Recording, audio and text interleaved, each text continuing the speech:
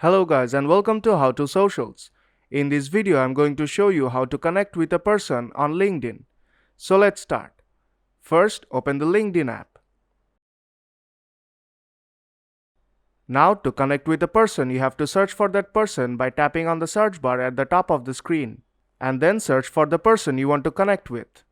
Then go to their profile. And here you will see the option Connect. Now all you have to do is tap on Connect and a connect request will be sent to that person. And when that person accepts your request, you will be connected with that person on LinkedIn. Connect on LinkedIn is just like friend request on Facebook. Just like on Facebook, you cannot connect with a person without sending a friend request. On LinkedIn, you have to connect with that person to get connected.